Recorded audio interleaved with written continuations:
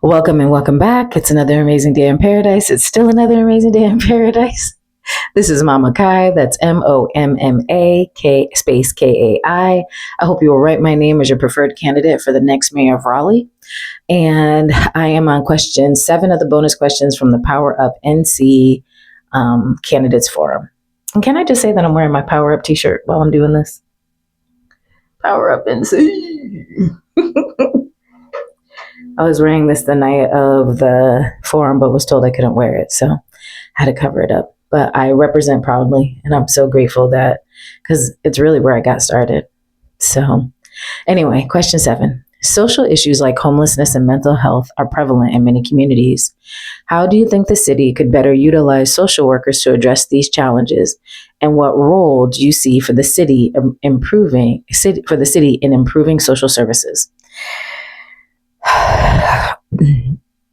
Okay, so again, this is one of those things that I feel like should be done in community, that it's not necessarily a city responsibility, although I will say that with the Downtown Raleigh Alliance, they have added a social worker.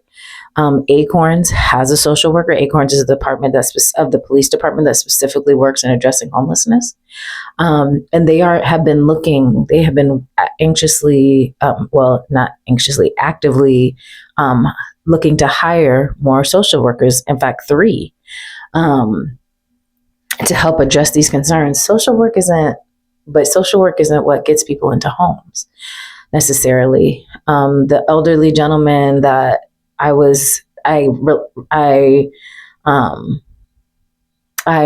referred to Acorns to help him get into a home.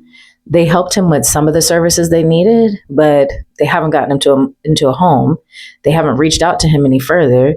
And it's been a very frustrating process because they told him he needed to register with Oak City Cares. I took him to Oak City Cares. I went inside to Oak City Cares to see if he was registered. They said yes, but apparently there was something that didn't happen when he was at Oak City Cares that didn't get him registered so that the social worker could look up his information. And I don't know what that is, but it's not the need for social workers. It's a need for a process that actually works. That's the first thing. And the second thing is a need for housing. End of story. And so there's not much the city can do, because the city actually puts out an RFP, or a request for proposal, for organizations to do this work. And so what we need a better continuum of care. I feel like it needs to be smaller with fewer organizations that are dedicated to their piece of the puzzle. Or it needs to be one organization that has all the pieces of the puzzle put together. People, I know from my experience, when we first became unhoused and we were running here, there, and everywhere, and we were waiting for services, and it is a hot mess. And so mental health,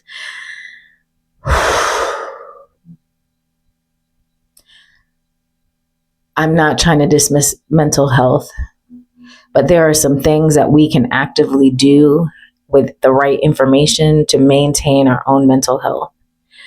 And for our children and our youth, their challenges with mental health, there is a direct correlation with early childhood trauma and adult mental illness. The correlation is as clear as cigarette smoking is to lung cancer. So if a child is going through a lot of trauma, which includes living in abusive situations where they are being hit, where they're being yelled at or screamed at or mistreated, where they don't have a voice, then that will eventually come out in their capacity for mental health, especially if they're living in unstable situations. And so a lot of the things that we're talking about and we're dealing with comes from early childhood trauma, especially when we're dealing with adults.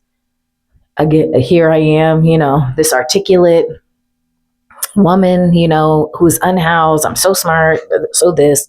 And I will tell you that the majority of the stuff that I can talk about now, I've learned in the last 2.5 to 3 years, being unhoused.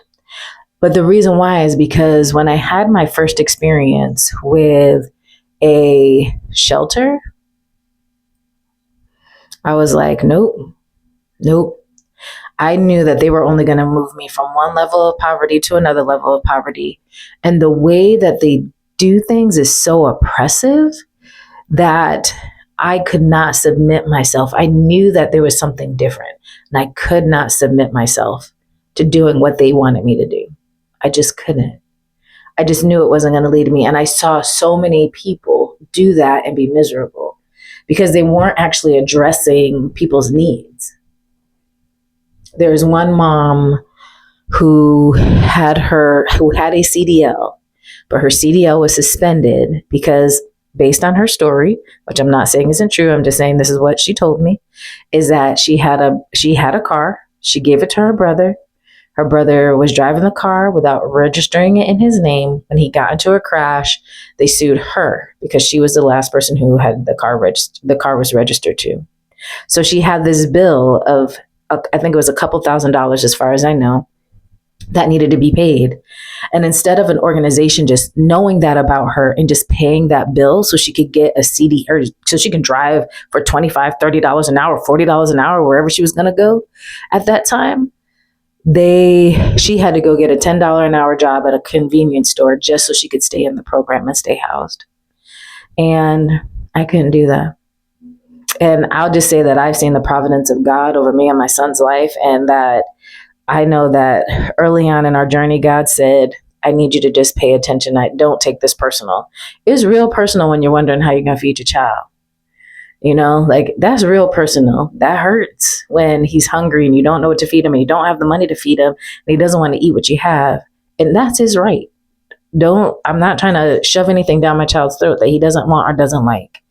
And so it has been a really humbling journey to know that our community has taken care of us. And I can speak that from experience, so that I know that if we do something that involves community where they have the invitation to get involved, that they will do it. The reason why I'm standing here in a bathroom right now, being able to record this many, many days after the first recording that I did, is because of the goodness of people. It's because of the goodness of people.